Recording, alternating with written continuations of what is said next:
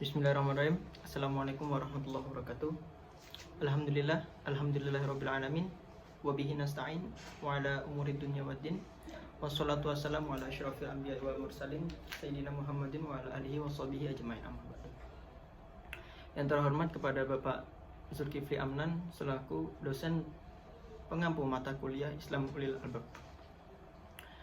Alhamdulillah, puja dan puji syukur kehadirat Allah Subhanahu wa taala yang telah memberikan kita nikmat berupa Islam, iman, serta ihsan, sehingga kita dapat tetap memegang teguh keimanan kita hingga saat ini. Yang kedua, sholawat dan salam tetap tercurahkan kepada junjungan kita Nabi Agung Nabi Muhammad SAW, yang mana telah membawa kita dari zaman jahiliyah menuju zaman yang terang benderang, yakni agama Islam.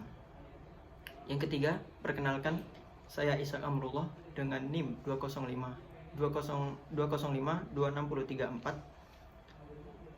berasal dari Prodi Rekayasa Tekstil, yang akan menjelaskan tentang materi ujian tengah semester yang berjudul Mahasiswa Ulil Albab yang memahami sejarah pemikiran Islam dan perkembangan ilmu sains dan peradaban Islam.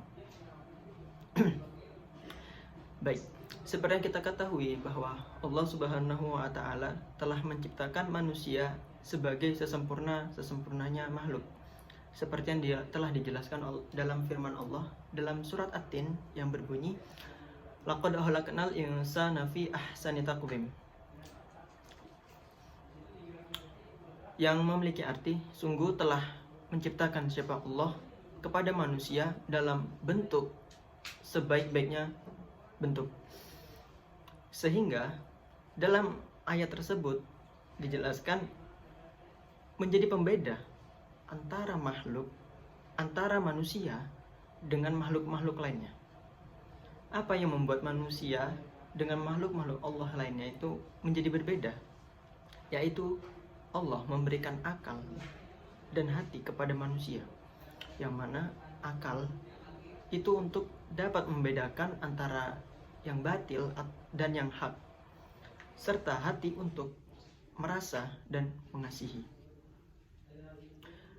Oke, baik. Kemudian Allah juga menjelaskan dalam surah Al-Imran ayat 190 sampai 191 yang berbunyi, A'udzubillahi minasyaitonirrajim. Bismillahirrahmanirrahim.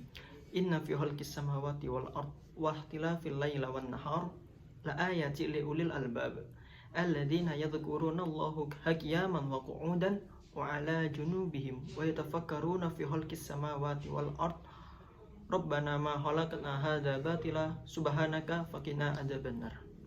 Yang memiliki arti, sesungguhnya dalam penciptaan langit dan bumi dan pergantian malam dan siang terdapat tanda-tanda kebesaran bagi orang-orang yang berakal, yaitu orang-orang yang mengingat Allah sambil berdiri, duduk, atau dalam keadaan berbaring, dan mereka memikirkan tentang penciptaan langit dan bumi seraya berkata, Ya Tuhan kami, tidaklah Engkau menciptakan semua ini sia-sia. Maha suci Engkau, lindungilah kami dari azab neraka. Dalam surat tersebut dijelaskan bahwa tanda orang yang berakal adalah orang yang berzikir, mengingat Allah dalam keadaan berdiri, duduk, atau berbaring, dan mereka memikirkan tentang penciptaan langit dan bumi. Kemudian yang Allah maksud dalam surah Al-Imran itu adalah insan ulil albab. Apakah itu insan ulil albab? Ulil albab adalah orang-orang yang berakal, yang mana akal sendiri merupakan suatu keistimewaan yang diberikan oleh Allah. Ulil albab juga dapat diartikan sebagai manusia yang selalu mengingat Allah Subhanahu wa taala setiap waktunya. Dan dalam Al-Qur'an, orang-orang yang menggunakan akalnya disebut ulil albab. Kemudian, jika berbicara mengenai ulil albab, apa hubungannya dengan perkembangan pemikiran umat Islam? Sebelum kita menjangkau lebih jauh tentang pemikiran, sejarah peradaban pemikiran Islam, kita lihat terlebih dahulu letak geografis di mana wahyu itu pertama kali diturunkan, yaitu di Jazirah Arab. Yang pertama, Arab itu adalah suatu jazirah yang dikelilingi oleh banyak peradaban, diantaranya peradaban Mesir, peradaban Persia, dan peradaban Romawi. Sehingga dengan dikelilinginya tiga peradaban tersebut membuat Jazirah Arab ini sosial politiknya itu terpengaruhi. Kemudian letak geografis Arab ini berada di tengah-tengah jalur perdagangan peradaban besar tersebut, sehingga para pedagang-pedagang yang akan mendagangkan dagangnya tersebut pasti transit melalui Jazirah Arab. Dan kemudian kalau kita melihat secara sosial, masyarakat Arab memiliki watak yang sangat keras. Karena apa? Karena masyarakat Arab hidup berada di gurun, yang mana gurun ini memiliki iklim yang sangat panas. Sehingga saat sebelum Islam datang, masyarakat Arab sangatlah minim. Masyarakat Arab sangatlah minim dengan akhlak. Oleh karenanya, Allah Subhanahu wa taala mengutus Nabi Muhammad SAW di tanah Arab ini untuk memperbaiki akhlak di daerah tersebut. Seperti yang telah dijelaskan dalam hadis yang berbunyi, innama bu'istu liutamima makarimal akhlak. Sesungguhnya saya Nabi Muhammad diutus untuk membetulkan akhlak-akhlak mulia. Kemudian berbicara mengenai pemikiran Islam, ada beberapa aspek yang perlu kita ketahui. Aspek historis pemikiran Islam itu ada 3. Fase pertama yaitu pada zaman Rasulullah. Masyarakat pada fase ini di mana agama Islam sedang berkembang, yang dipimpin langsung oleh Rasulullah SAW, yang mana peran Rasulullah SAW ini selain menjadi seorang nabi, selain menjadi seorang rasul, beliau juga menjadi seorang negarawan, yang dimana beliau mengatur membuat suatu negara yang bermula berada di Yasrib atau Madinah. Dan pada fase pertama ini umat Islam mendapatkan tekanan yang sangat luar biasa dari masyarakat daerah tersebut, dari masyarakat Quraisy, karena Islam datang untuk untuk merekonstruksi ajaran-ajaran dari nenek moyang tersebut.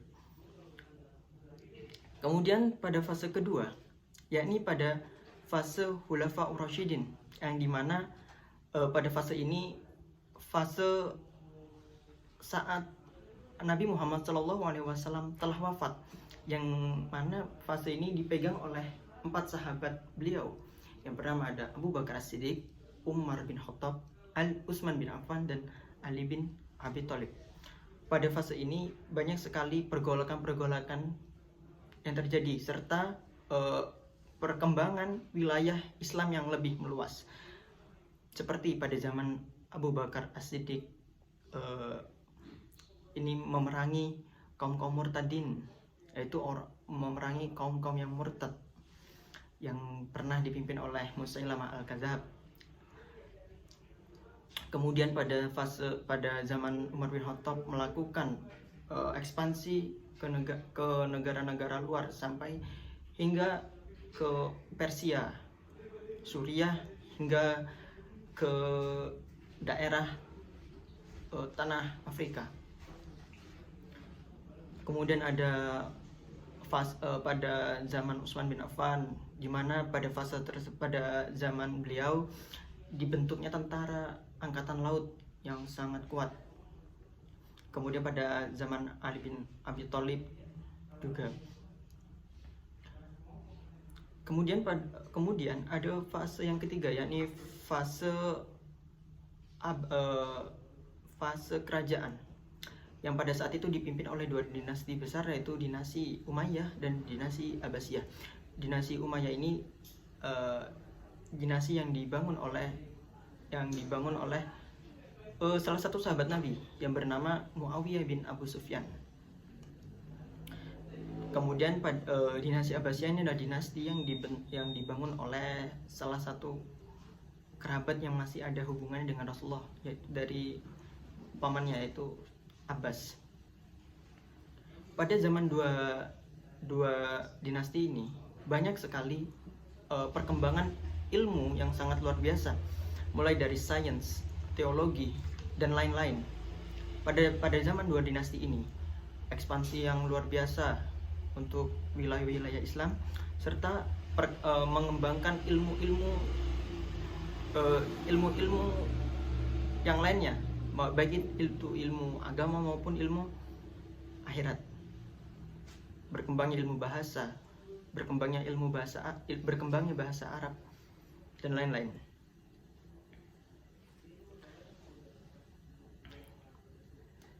Kemudian jika kita menelisik lebih jauh lagi, bahwa pada zaman pemikiran Islam ini muncul pada saat zaman Khulafaur Rasyidin, yang dimana pada saat itu ada berkembang suatu pemikiran-pemikiran yang sangat pesat, dimana pada saat itu ada beberapa kelompok yang berkembang. Di antaranya ada kelompok Jabariyah, Qadariyah, Khawarij, Syiah, dan Mu'tazilah. Baik, untuk kelompok yang pertama, ini kelompok Jabariyah. Apa itu kelompok Jabariyah? Kelompok Jabariyah itu adalah suatu kelompok yang memiliki paham bahwa segala perbuatan manusia itu telah ditentukan oleh Allah, sehingga mereka ini menafikan dengan adanya usaha. Mereka ini pasrah, bukan dalam arti tawakal, tapi mereka pasrah bahwa semuanya itu telah ditentukan oleh Allah Subhanahu wa Ta'ala. Kemudian ada kelompok Qadariyah, yang mana mereka memiliki paham bahwa kehendak manusia itu ditentukan oleh usahanya sendiri, dan tidak ada campur tangan takdir dalam kehendak manusia tersebut. Dan mereka menafikan adanya percampuran takdir dari Allah Subhanahu wa Ta'ala. Kemudian ada lagi kelompok Khawarij, yaitu kelompok ini adalah kelompok yang saat itu pernah tergabung dalam kelompok Ali, yang mana pada saat itu mereka mengikuti perang Siffin. Yang perang Siffin, perang antara Ali bin Abi Thalib dengan Muawiyah bin Abi Sufyan. Kemudian karena ada peristiwa tahkim atau ada arbitrase saat itu, mereka tidak setuju, dan akhirnya mereka keluar dari kelompok Ali, dan mereka menyebut diri mereka menjadi kelompok Khawarij.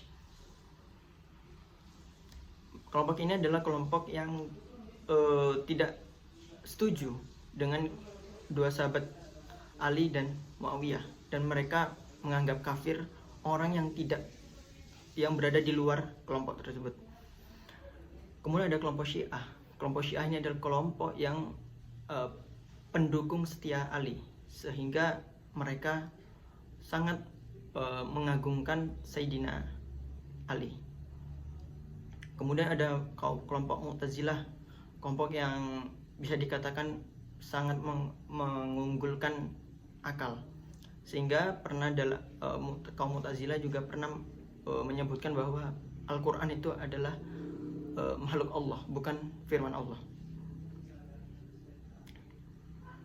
Oke, terlepas dari pemikiran-pemikiran tersebut, pasti ada suatu peradaban dan sumbangan yang sangat luar biasa.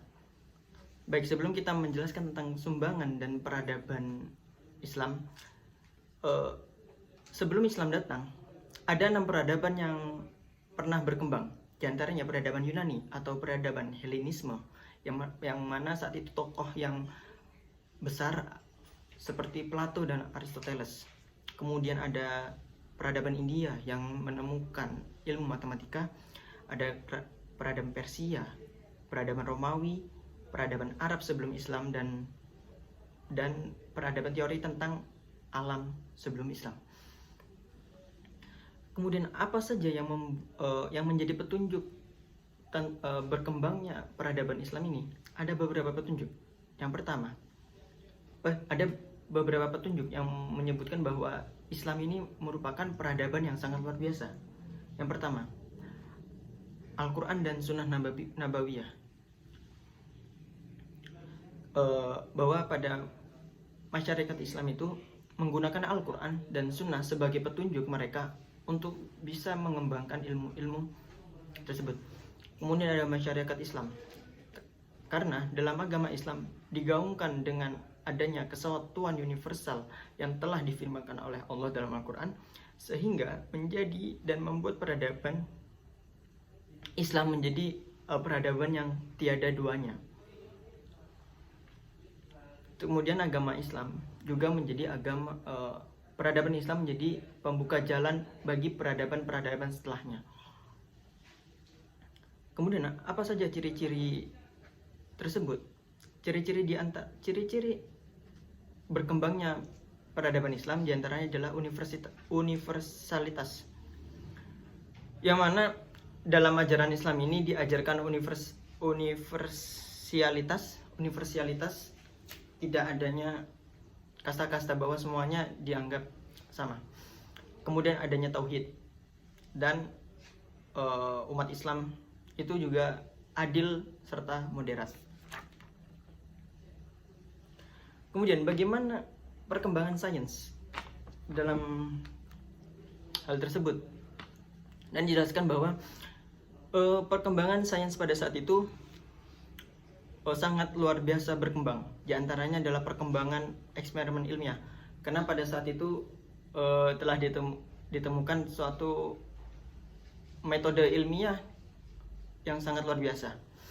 Kemudian ilmu-ilmu eksakta juga berkembang seperti matematika, fisika, kimia, kemudian ilmu astronomi dan ilmu meteorologi, serta ilmu biologi dan ilmu kedokteran. Dalam ilmu kedokteran ini, tokoh yang paling terkenal adalah Ibnu Sina. Mungkin itu sedikit penjelasan dari saya. Jika ada kesalahan, mungkin itu datangnya dari saya, dan kebenaran itu datangnya dari Allah Subhanahu wa taala. Wallahul muwaffiq ila aqwamit thoriq. Wassalamualaikum warahmatullahi wabarakatuh.